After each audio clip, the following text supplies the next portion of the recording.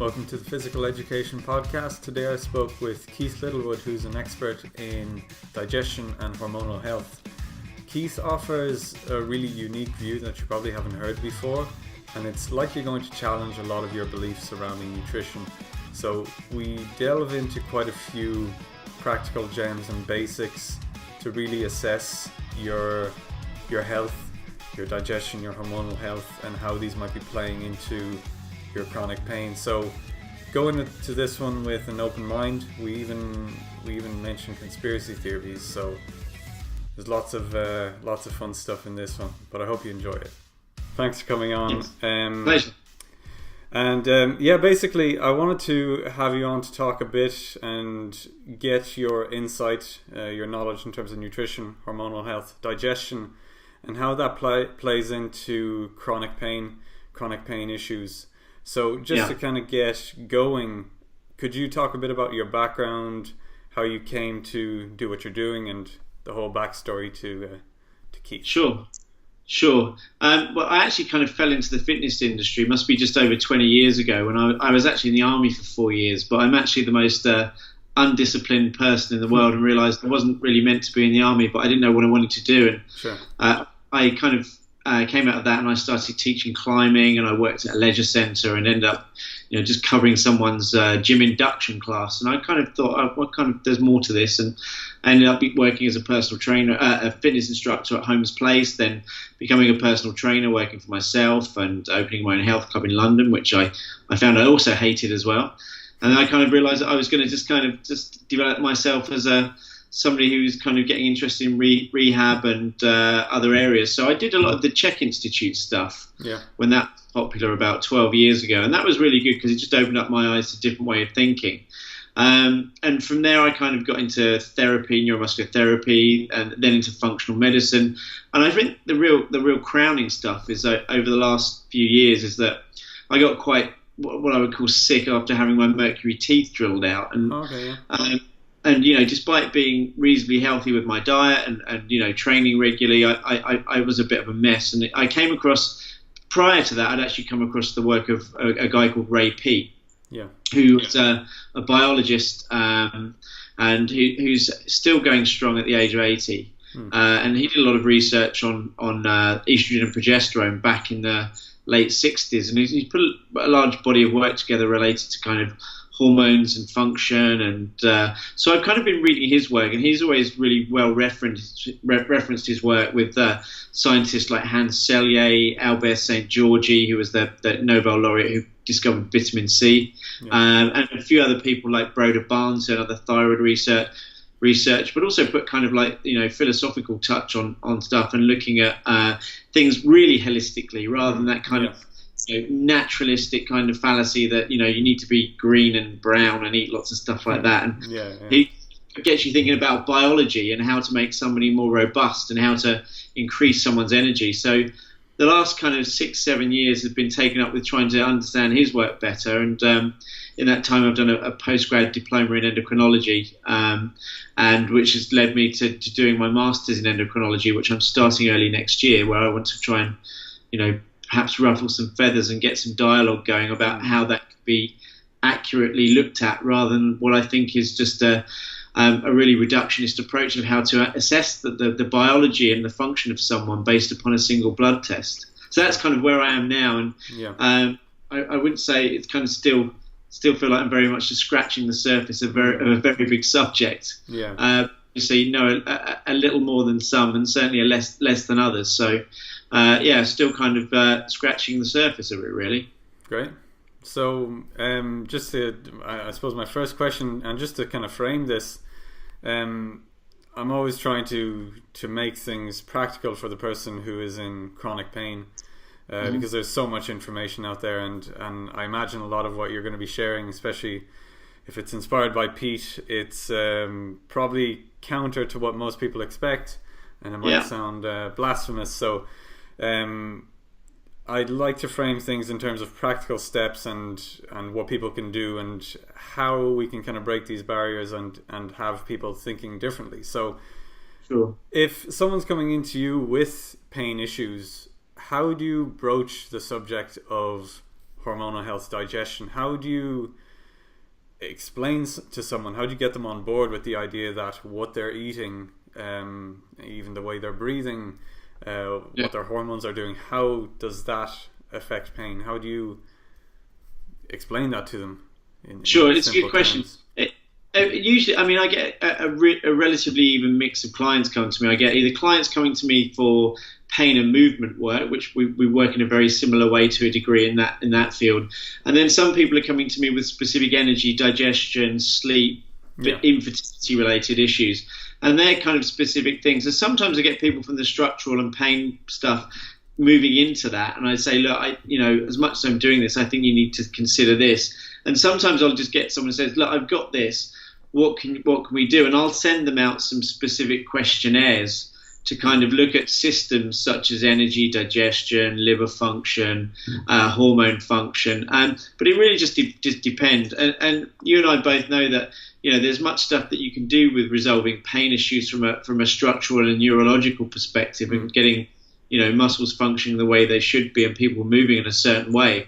There's also a large number of people that haven't got a foundation of understanding their diet, how they interact with the environment, and perhaps have gone down that route of, trying to move more and eat less.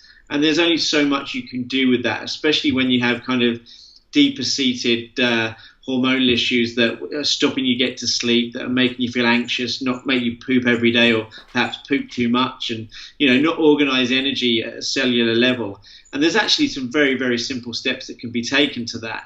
And I think some of the misrepresentation and out of context, the people that take Pete's work is automatically, I think, he's saying eat lots of sugar and everything's going to be fine. Everyone starts eating a tub of Haagen-Dazs a day, and it wonders why they're not getting better. Yeah. And that's kind of there of course is understanding what sugar does to someone and the beneficial effects of managing blood sugar levels.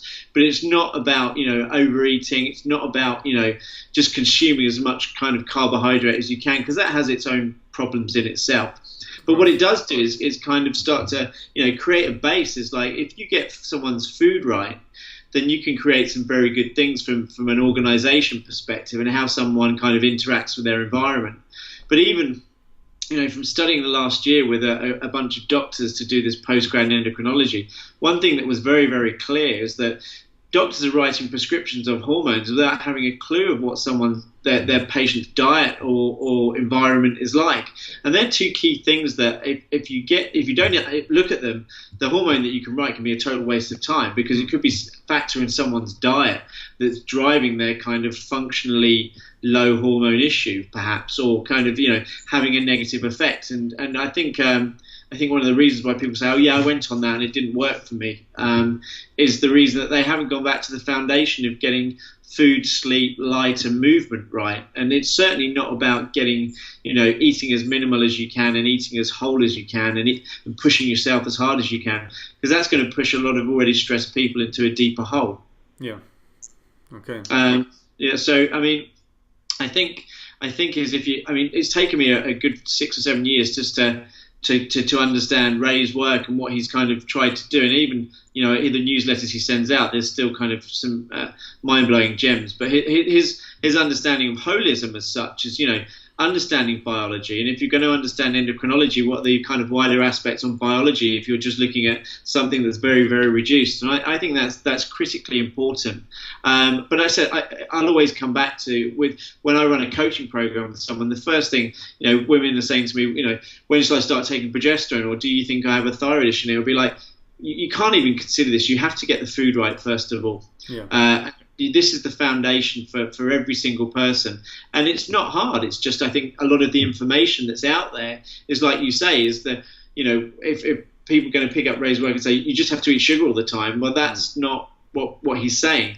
But what he is saying is that if you're eating a diet full of raw green vegetables and nuts and seeds, and you've got organizational issues with energy, and you're exercising really hard, doing lots of breathless exercise, and you're in pain, and you can't digest your food effectively, then you need to understand food that's going to create an energy surplus rather than creating a deficit, increasing intestinal irritants and creating inflammation that perhaps are going to play havoc with the energy and in the organization of the individual. So yeah, I think there's a lot that's really misunderstood, and people go on it without actually understanding the process fully. And they start eating lots of carbohydrate, and they might start gaining a reasonable amount of weight, but it's not perhaps the sugar or the carbohydrates' fault, unless it's obviously in excess. But most people's energy is shut down so much they've lost the ability to utilize carbohydrate, and they're constantly utilizing fat. So anytime you get loads of carbs in the system, because they have a lack of insulin sensitivity, they kind of shuttle away the carbohydrate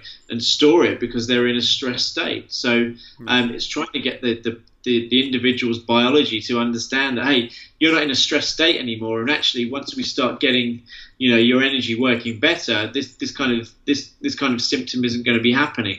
But I think one of the misconceptions for everybody, and I think it was a lady called Diana Schwartzbein that said this, is like, to lose weight you have to be healthy first. You can't be trying to push weight loss when you're not in a healthy state to achieve that anyway. So hopefully that kind of sheds some light on that kind of area. Absolutely. And then I always get back to the question of defining health.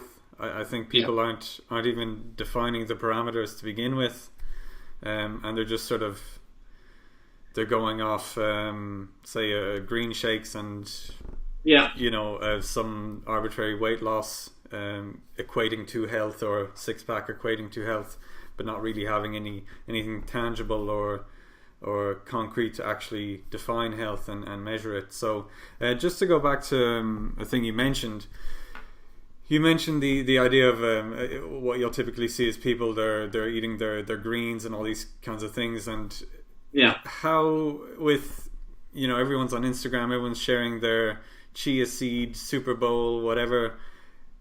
How I'm kind of limited in my in terms of it's out of the scope of my practice to talk nutrition, and also I'm barely dipping my toes into it, so I lack confidence. But when it comes to explaining pain and the complexity of pain, there are certain analogies that we might use, and I know you're a member of the Explaining Pain or Pain Science forum on Facebook, so we talk a lot about. Not an easy forum to be a member of. Yeah. I was following a thread you were part of there. It was interesting. It went in typical fashion, but this idea of analogies, and kind of, because obviously we can talk all about cellular respiration, all these kinds of things, but how do you get someone to, because obviously someone who's coming into you and is taking all the green shakes and all the chia whatever, they're, as far as they're concerned, they're healthy, because they're doing the right thing. It's not even like someone coming in eating chips and burgers, and they know that that's unhealthy, and maybe they're just not willing. So someone who has perhaps invested a lot of time and they're engaged in their health, because it's not easy to drink kale shakes, so you have to really want it, I would say. So that person comes in. How do you?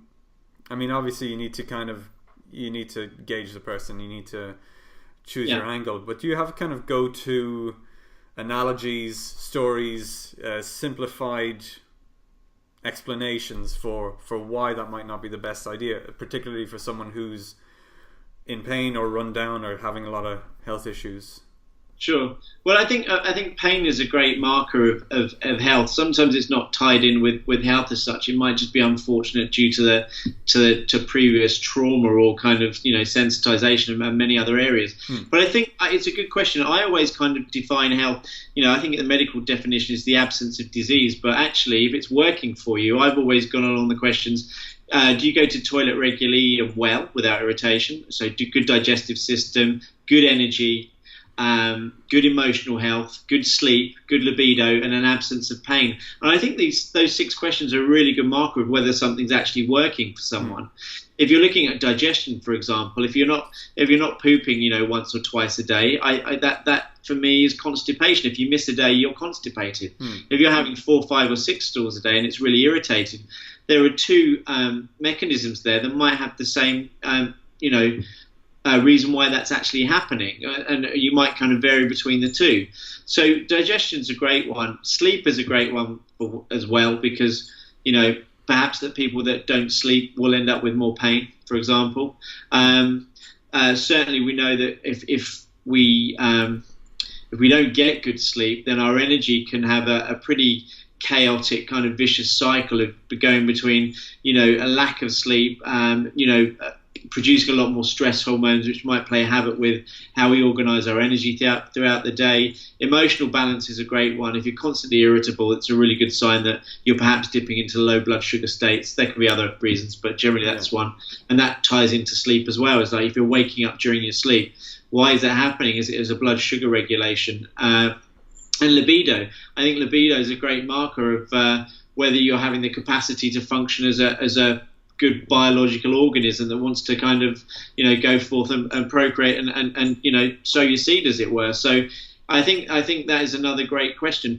Well, how they all tie into pain can be very individual to each person. But, one thing that's overlooked a lot within pain, I think, is the concept of thyroid states and how we produce energy. It's well known, and there's some books, I think, going back to the 70s that I have somewhere that talks about, if you can't relax your muscle effectively by producing the right amount of energy, then typically, I don't know if you've ever seen the Achilles return reflex test where you just tap the hammer. When that typically comes back really, really slow, like a pneumatic drill, when you hit it, a reflex should be very quick and come back. With its thyroid, it tends to come back like this a lot slower.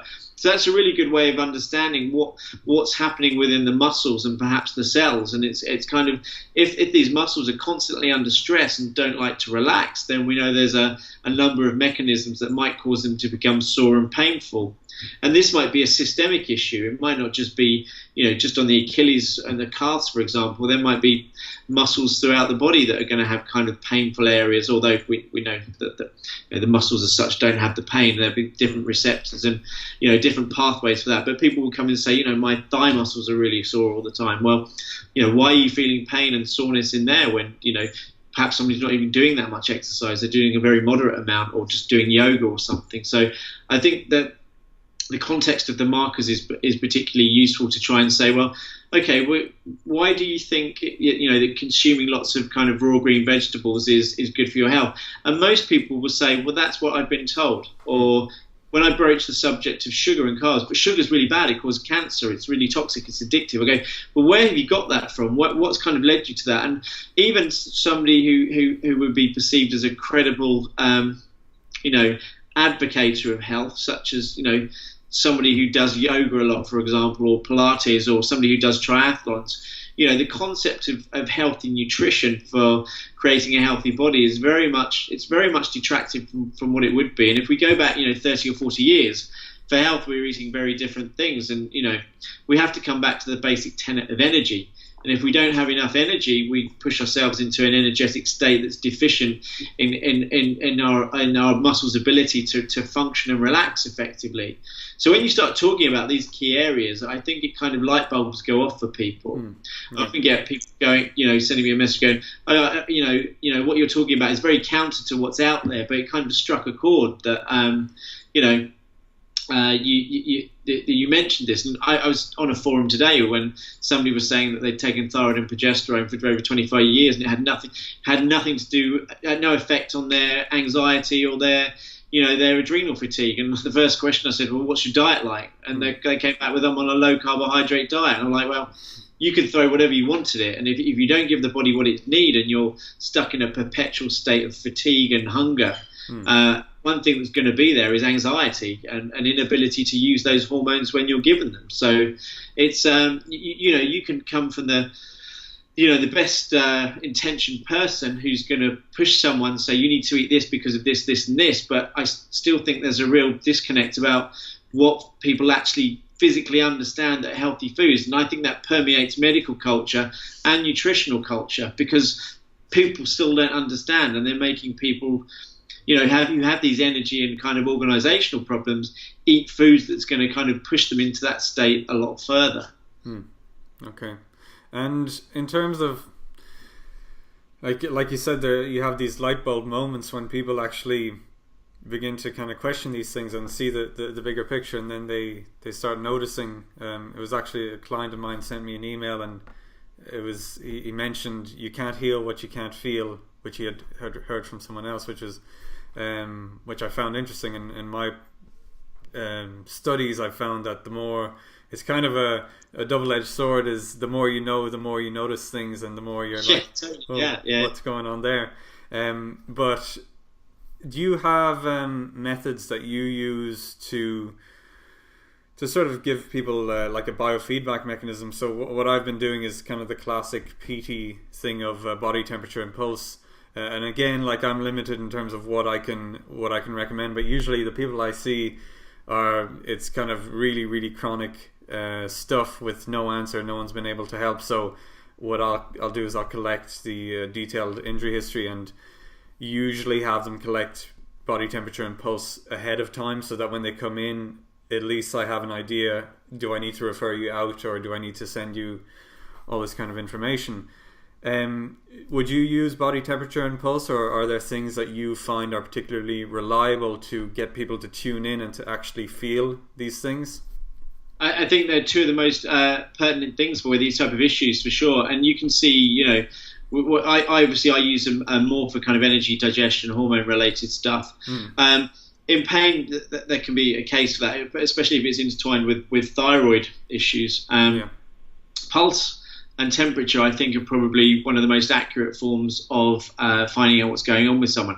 There can be caveats to that, because you can get falsely elevated temperatures, and you can get, you know, suppressed temperatures for a number of different reasons. I think that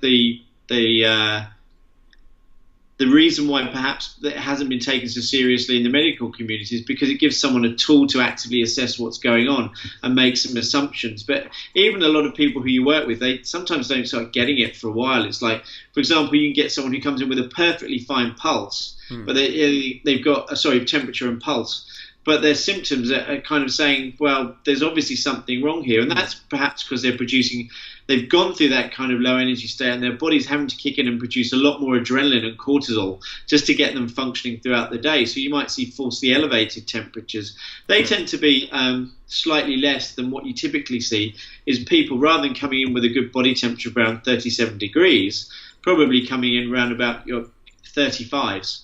And I've even seen people, you know, as low as 34s. I've had the even odd 33.5 somewhere. Wow. And this is a good indication of what's happening and their ability to organize energy. And, you know, when you eat food, what should happen is you should have a pretty good, thermodynamic response of taking your energy and then utilizing that energy. And if your food, it be the two things, is that if you're eating food and then your temperature is dropping after a meal, well, there's three things there. Either the person isn't measuring it properly. The other thing might be the food that they're eating isn't causing you to have a good biological response and heat the body up. And the other thing is that your hormones just aren't able to create that response, no matter how well you eat from getting adequate energy in, or, you know, having some of the cofactors that are related to stimulating, you know, energy metabolism. So they're generally the three things. Most of the time, you can actually see some really good changes with someone's food if they get it right. Yeah. But then some people might need a little bit more kind of nudging in the right direction with the right kind of stimulus. For women, for example, supplemental progesterone is really useful, because progesterone has a great generality, and it not only does it stimulate oxidative metabolism, which is the metabolism that helps you to use your carbohydrates and fats effectively without the stress response, but it also has a lot of areas on pain, and this is where hormones can tie into pain again. So let's take the example of carpal tunnel syndrome, which we think is about, you know, the compression, and I think the old surgeries were kind of decompression surgeries, which is crazy for a number of reasons, as you and I well know. But there's also a big link to excess levels of estrogen within that. And there's a study that's just come out that's shown that progesterone administration to carpal tunnel syndrome actually totally decreases the pain for most of the people who took part in the study. But when you have... direct application. Yes. Topical application to the area. But it would have a kind of broader general systemic effect anyway, because when you have excess levels of estrogen, you tend to be able to accumulate more water, you hold on to sodium a bit more, and with estrogen staying in the cell, it makes the cell kind of take on more water. And this is why this kind of estrogen dominance, you'll see a lot of puffiness and swelling. And that can create havoc with pain when you get more fluid in compartments that don't have that much space. You'll get more compression on nerves. So we think about the kind of, this is why I kind of got into this area. One, because I experienced, what it was like to have a crappy metabolism and thyroid. And two is that, when you start kind of thinking properly, holistically, rather than just thinking raw natural green food makes us healthier, therefore it's holistic. When you start thinking of the endocrine system with the pain systems and integrating the areas of biology, I think sometimes you have to be quite reduced in your thinking to get a better working of the system. But you have to step back and say, well, how does that interact with these other systems? What can we do to kind of facilitate the change that doesn't have a negative effect when we apply this treatment to it? And I think that's where a lot of people get left behind within treatments. People are still looking at cholesterol medication like statins when in effect what we should be saying is, well, why is the cholesterol elevated in the first place? What's the reason for that we need to produce more cholesterol? Because cholesterol is an antioxidant. It's a building block for more tissue. So if you're producing more cholesterol, there may be a reason why you need more cholesterol. But the thinking is high cholesterol is associated with heart disease, therefore we need to reduce cholesterol. And that's just backward thinking. And I still don't understand how that's a mainstay of medical thinking, because it makes absolutely no sense at all. Yeah. And when you're doing your diploma in endocrinology, did you find that, like, a lot of people talk about, the medical, big pharma and all this kind of thing, conspiracy kind of stuff. When you're actually there, and you mentioned already that the doctors are kind of thinking more about just prescribing without really knowing the background, is that, based on your experience, willing ignorance, or is it just, like, what would you suspect is the motive there? Is it just the way the system works, the fact that you get 5-10 minutes at most with someone and you just need to churn out protocols? Do you have a I think there's a number of factors at work here, and not to do any discredit to the medical profession. I think there are a number of factors, and the first one I would say is the pressure of time, which you just alluded to for sure. I think what I get kind of gleaned from the course, and what I was trying to do is when we were given assignments, is that a lot of the emphasis was to go away, read the endocrine textbooks and spout what was in there without thinking about laterally about what was going on in the other systems. Okay. And my approach was to kind of say, well, what do I know from my reading? How does that compare with what we're being asked to present? And what are the factors that we could look at to kind of understand this better? So I found it really, really challenging.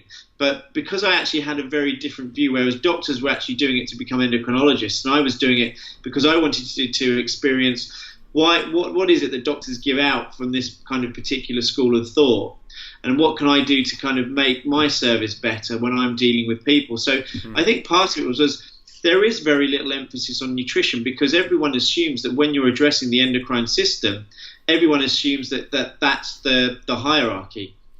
But at the same time, if someone's not eating, then there are certain hormones that are produced. If someone's not eating enough, there are other hormones that are produced. So I think there's not enough emphasis within the textbooks to step back and say, this is a reduced system, but we need to think of some of the broader implications with it. And that doesn't happen at all. And even some of we talked about some of the stuff, because I was very much on why are people still saying that estrogen is this wonder hormone that we have, but clearly excess amounts of it are well known to cause cancer. And there is, and we can be kind of conspiracy theorist about it to a degree, is that there's been so much money pushed in one direction to creating change to something that's been shown to cause many problems. And I was speaking to one of the professors on the course, and she said this is actually a really good idea. I was talking about why progesterone for building bone was actually shown in some studies to actually create more bone, whereas estrogen, it's generally thought of, for example, that estrogen prevents bone loss. But all it does, it prevents bone retardation by stopping a certain process. It doesn't create any more bone growth. And sometimes it's the extra vitamin D and the calcium that's actually doing that when that's supplemented as well. So she said sometimes a lot of the mechanisms just get glossed over because there's loads of research coming out. There's loads of research pushed in people's faces talking about specific medications, and the basic fundamental aspects of nutrition are still glossed over in this area. Yeah. If you are eating crappy diets that create inflammation, then we know that's going to have a kick-on effect to people's pains for sure. But I mean, everything does get so compartmentalized. But it's not to say that everybody thinks like that. But even on the course, it was like I could see the pressure for me to have to come up with understanding the mechanisms of what I was talking about, and I would try and do that 50% of the time and say, well, this has already been presented, but what about this? What can we do to kind of create change by understanding this? And a lot of people, some of the people on the course were very receptive to kind of some of the stuff that I've put there. But again, the pressure is there to understand your role as an endocrinologist, for example. But and there are factors like cofactors, understanding iodine or understanding, maybe zinc or selenium might be a factor. But the focus on it was very, very minimal. Okay. And when you're, obviously your reference materials, when you're studying this, is it simply that like the information is accurate, but it's just that no one is actually connecting the dots between the different systems? Or do you feel like even like the medical physiology books themselves aren't up to date or are maybe lacking? I think some of the kind of physiology textbooks and your kind of classic, I think I've got some, not here, it's classic endocrine textbooks kind of just have the formats and the procedures and the medical overviews and things like that. But when you actually delve into the literature, there's a lot of research that kind of backs up the things that I was talking about, the role of progesterone. If you look at the progesterone in the studies, its role as an endometrial protectant, its role as a ovarian protectant, its role against certain cancers. And then you look at the links between, say, female issues like uterine fibroids and both sexes thyroid nodules. There's a clear link between excesses of estrogen. But there's been if you look at people like Ray Peat's work, there has been a lot of emphasis on estrogen and hormone replacement therapy, which was glossed over due to its Yeah.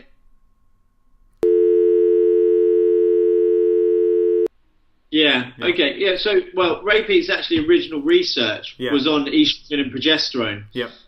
Which he did in hamster uterus, I think back in the late 60s. And he showed that estrogen was very harmful. It's not bad as such because we need a certain amount within the body, and particularly for females, it's used for thickening the uterus. But it's well known that kind of around about the 8th, 9th, 10th week, if there's an excess of estrogen and not enough progesterone or not enough thyroid, a classic case of that is losing the baby because the uterus becomes hypoxic. Okay. So estrogen is good to a degree, but having lots of it causes a lot of problems. And I think there is a large body of research that should suggest that estrogen is useful, but there's also, when you look underneath all the main body of work that's promoting a product, there's actually progesterone, which it's unpatentable really because it's such a natural compound.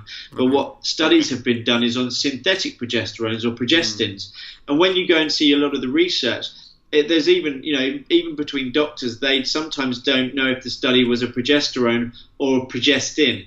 So that's critical when determining the efficacy of a compound like progesterone, which is, a female produces 100 times more during pregnancy to protect her and the fetus. Okay. So there are reasons why that's significantly higher. I think it is glossed over by, I think the pressure is a big thing, trying to stay up to date. But at the end of the day, there's lots of biological mechanisms that seem to have, credibility over a long period of time and probably aren't going to change anywhere near soon. So I think it's sometimes almost about getting back to basics and understanding biology that a lot of people need to do. Now, I'm not saying I know everything because there's certainly a lot that I don't know. But these kind of mechanisms seem to be very, very well understood in biology, yet still don't get the credit that they deserve. Sure. And sort of in line with that, this idea of focusing on the basics, I generally try to do that and give people tools that are going to serve them and that are going to stand the test of time. So proper breathing, awareness of breathing, and a kind of an ability to really hone in and tune into your breathing and control your breathing. So with this in mind, are there, obviously you have to treat the individual, you have to see what they're coming in with, but do you have a handful of things, supposing someone's listening to this and it's beginning to resonate with them, they're thinking, oh, actually that makes sense, that sounds like me. Are there kind of go-to safe things that you tend to recommend? Like the big repeat ones are the carrot salad, the aspirin, upping carbohydrate, that kind of thing. Are there ones that you tend to default to? Yeah, I mean, I think, eating breakfast is a great start for a lot of people. Eating a reasonable amount of carbohydrates. Everyone's got scared of carbohydrates, for example, the whole sugar thing, which is very inaccurate and unfortunate. But eating plenty of fruit, even, sugars and honeys and syrups and stuff can be very, very useful, especially for someone who's doing long days or training or just even in a stress state, for example. Sure. So it's understanding about, trying not to shoot the messenger with that. So I think having adequate carbohydrates, good quality fats, not too many unsaturated fatty acids, avoid cooking with sunflower oils and, seed oils and all these things, because they tend to cause a lot of inflammation within the body. Using your saturated fats, good quality proteins, the problem with proteins and muscle meats is that, when we're eating muscle meats all the time, that can be problematic. So at least getting some gelatin or broth in on a daily basis can be helpful with that as well. Yeah. But it is context specific. I think there are some broad basic biological rules that you can stick to, and these are some of those.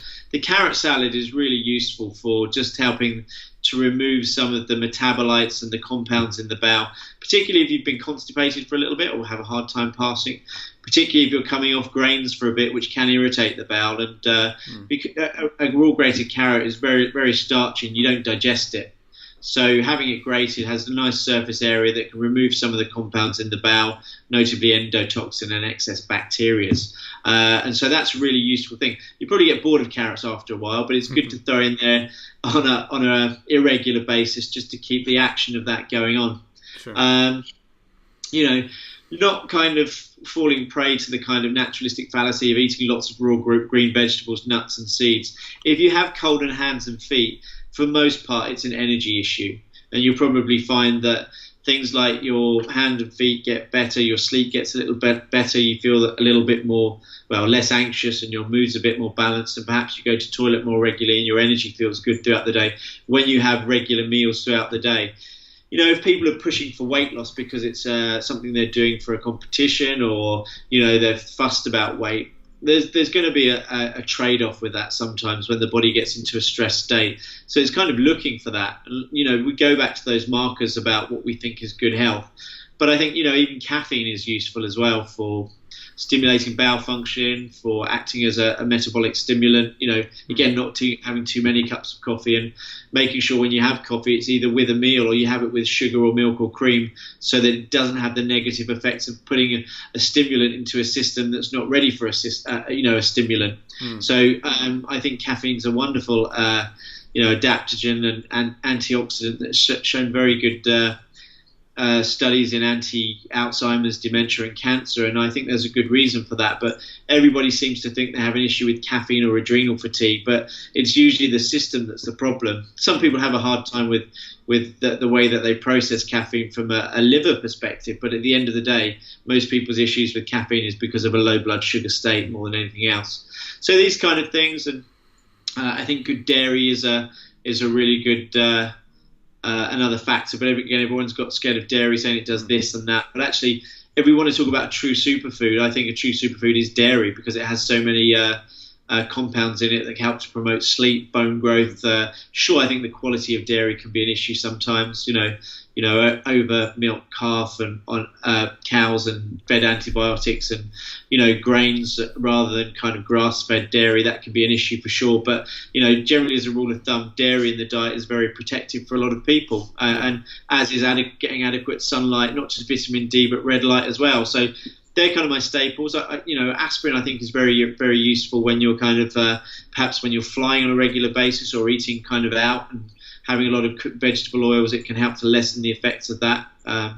Some people will say, there are some risks with aspirin, but generally most of the risks for aspirin are from taking very, very high amounts. The gastric distress that has been shown with stomach bleeds that have been taken on rats that have consumed 100 times more the recommended amount for a human. So are we going to see problems in that? Yeah, just like if you give someone 6 liters of water, they're going to struggle. So it's always the dose that makes the poison, and understanding what that compound can do for someone. Sure. And I saw recently that you're going to be running a breathing course as well. And is that kind of tailored around digestion, hormone health, or is it more of a kind of biomechanics of breathing? Yeah, it's literally it's a integrated breathing and digestion seminar. So a part of it a day is just on analysing breathing mechanics, how to do releases, how to kind of change someone's breathing pattern, with the impact on the beneficial effects that we can get on kind of, you know, pain and stability issues, you know, when somebody's not using their diaphragm effectively. If you think about people might know the DNS type work, which I studied part of that and took some away from that in my neuromuscular therapy days, and, you know, reteaching breathing patterns for lowering anxiety, for, you know, getting a better kind of massage of the internal organs for better peristalsis, you know, making sure that you maintain your carbon dioxide levels, which will help with, you know, maintaining oxygen levels and, you know, acid-base balance, not the kind of pH balance that you see people talking about with diet, but more the proper acid-base balance from having the right amount of carbon dioxide in the body. So there's an emphasis on that. There is a day on also just doing some brief systems analysis and understanding why people are stuck in low energy states and the impacts of onto digestion from hormone and nutrition issues. So it's really just a 2-day course of integrating the science of breathing with the science of hormone and nutrition. So the participant that comes away from the course is just going to have a little bit more than somebody who's just gone and looked at a bit of breathing mechanics and understand that, well, people might still have digestion issues, not just from the breathing stuff. It might be the hormones and the food that might be driving it. Yeah. So hopefully I'm just giving you know, my slant on it, which I found very helpful with the clients that I've worked with and myself over the last few years. Yeah. And is there, I suppose, like when it comes to breathing, there's so many different ways, and I mean, a lot of things work. Is there a lot of breath holding, things like that, or are you generally trying to slow down the rate of breathing in terms of carbon dioxide levels, or is there a general a goal or something that someone can aim for when they're doing their breathing?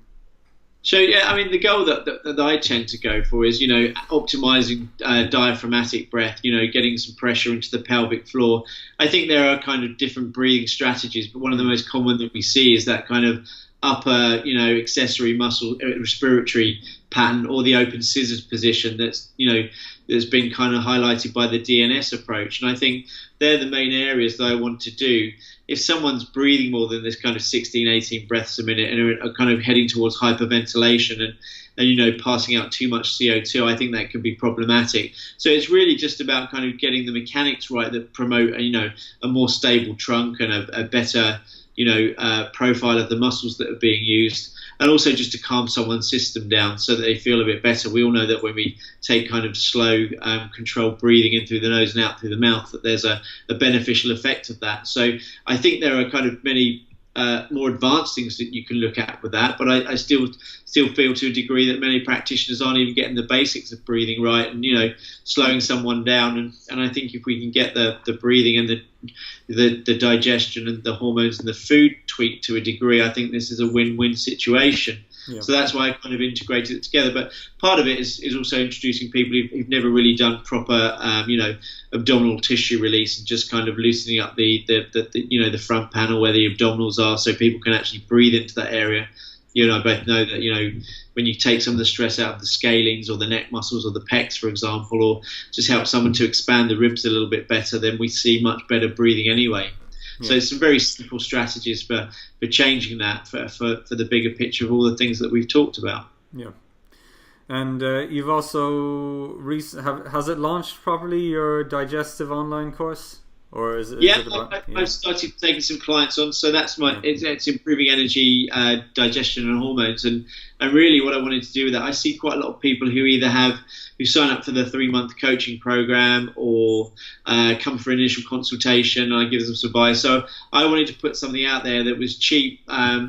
You know, I think it works out $8.50 a month, so people could sign up for a year and they get access to the whole coaching program with video coaching, so they can get exposed to all the information that someone with the bespoke one-on-one coaching program gets, but they're going to lead themselves through it themselves. And there's an online forum where they can ask questions and be exposed to the processes and ask questions. So I wanted to build a community of people who want to get interested in that, and perhaps people who didn't want to pay the full 3-month coaching program or perhaps couldn't afford it. But I thought it's been a while where I wanted to put something out there that I felt was really worthwhile, that represented what I did, and helped a lot of people. So I'm hoping this can put people in the right direction without stressing their wallets too much. Yeah, of course. Yeah, no, I think it's that's something I found, is that when people were coming in, there's so much information that you wish they had, and you spend so much time just giving everyone the same information, or roughly the same information, that the idea of having some sort of online resource is hugely effective, and just it means that people can get all these benefits without having to come in, and they can chip away at that themselves. Just to kind of begin to wrap up, one question I always kind of want to know is, obviously we all have different areas of expertise or knowledge, and I always want to know, what is one thing that you wish other people knew? Like this, I think of, no matter what your area of work is, what's this one thing that you wouldn't really know unless you devoted your life to studying endocrinology, nutrition, body work? Is there one kind of thing or handful of things that you wish, if people knew, would make things easier, would be beneficial in their lives? Kind of I think there's lots of things. So it's kind of to put me on the spot, but I think one of the things that I've kind of gleaned from looking at kind of past excellent scientists and biologists is that understanding that your body's having a conversation with the environment all the time. And it's the things that you do that either make you more robust or more susceptible to change. And it's just not, the things that we perceive as being healthy that are going to do that all the time. It's about keeping our cells functioning at the best, best place that they can be. And sometimes they're going to push you to a degree where they're not working that well and bounce back. But sometimes it's about give and take in that. And I'm kind of drawing on kind of biologists like Lamarck, who talks about acquired inheritance and conversing with the environment all the time. So I think that's really important to understand that we're doing that. And it's the things that we choose to do that make us kind of, either going to thrive within that or kind of maybe not thrive as well. So, understanding that light is important, understanding that food is important, and sleep is important. We know that food is important. Everybody knows that the concept of eating healthy foods, but I mean, nobody understands what healthy foods is, and it's the foods that create a good biological system. And it's certainly not kind of pushing yourself down that raw green kale wonder smoothie that you'll see a lot of social media people having first thing in the morning. So I think that's the big thing is understanding what conversation you're having within the environment, and that would draw us back to those questions again of digestion, sleep, libido, energy, pain, and how you're doing with those. So that would be my kind of thing that I'd want people to be aware of, which isn't being succinct, but I'm trying to be as it's a tough question. It's like, what's that one thing? There's never that one thing. So no, I appreciate that answer. I completely agree. And it's not easy. I think a lot of it is a journey for people. It's a process. But yeah, so just to wrap up, do you want to kind of give us all a shout out to all your social media, all your, just a shameless plug for all of your services? I don't have many. My website's balancebodymind.com, but that needs an update. My coaching program is Keith-Littlewood at squarespace.com. Yeah. But if you go onto Balance Body Mind on Facebook or Tomo Littlewood on Instagram, it has kind of all the stuff that I kind of look at and talk about. And there are more videos coming out for the website, for the coaching website soon that I plan to update. So yeah, there's plenty of stuff to look at. Some people might like it, some people might not so much. But go and check it out and make your own opinion, I guess. Yeah. Okay. What I'll do is on YouTube, I'll put all links to all of this if people want to look into it. So I've already sent a couple of people to your online coaching to look into it. So hopefully they sign up. That'd be great. Thank you very much. Yeah. I tend to be very selective. So I suppose this is for the viewers. I tend to be very selective with who I like to recommend, because it's a bit of a mess out there. The amount of information, most people have good intentions, but good intentions don't necessarily do much if you've got bad information. So I don't have many people that I refer out to, but you're in that handful of people. So if you're listening to this, Keith comes with a great recommendation. So I'm honoured very much. You're very welcome. And just to close out, is there anything else you wanted to share? I think we went through quite a few things. Maybe if people digest the content, pun intended, we might do maybe a more in detail episode sometime, and we can delve into these topics a bit more. Yeah. But I think we covered quite a few good things, introductory things to look at. So yeah, thanks a lot for coming on. And what I'll do is I'll send you all the information when the video is ready. Yeah, no, that's great, mate. Perfect. Yeah. Really good. Perfect. Thanks for having me on the show. Yeah, you're very welcome. First episode, so I think it went well. Oh, really? Yeah, first one. Thank you very much. I appreciate that. Oh, you're very welcome. So yeah, I'll send you everything, and thanks for coming on. So that was my interview with Keith Littlewood. I hope you enjoyed it. I mentioned to him towards the end that maybe we could do another episode sometime, because while the information maybe was a bit heavy, it's actually only scratching the surface of this kind of Ray Peat thinking and his overall philosophy surrounding digestion and overall health.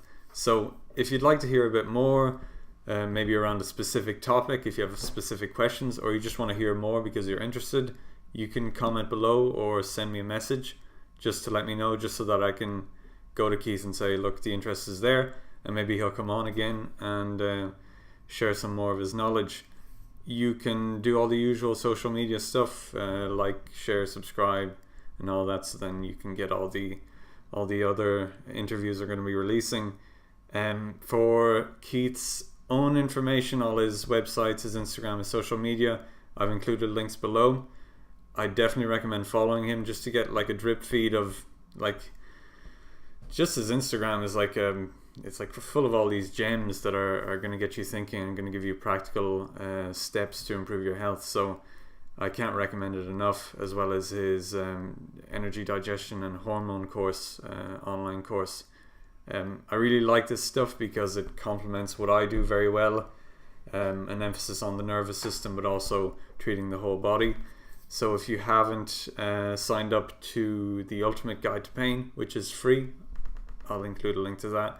Sign up to that and check out his information as well, because it's going to fit in really well and it's all going to make a lot more sense. So I hope you enjoyed the show. Let me know what you thought, and I'll see you in the next one.